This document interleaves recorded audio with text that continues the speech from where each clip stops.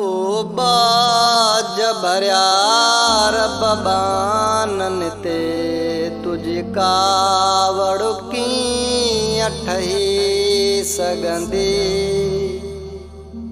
ओ करीम असांजी हीअ चमड़ी हिक चिणे बि कान सही सघंदी।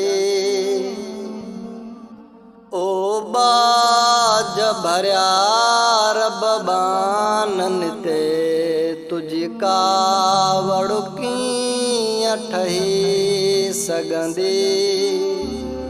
ओ करीम असांजी हीअ चमड़ी हिक चिणे बि कान सही सघंदी।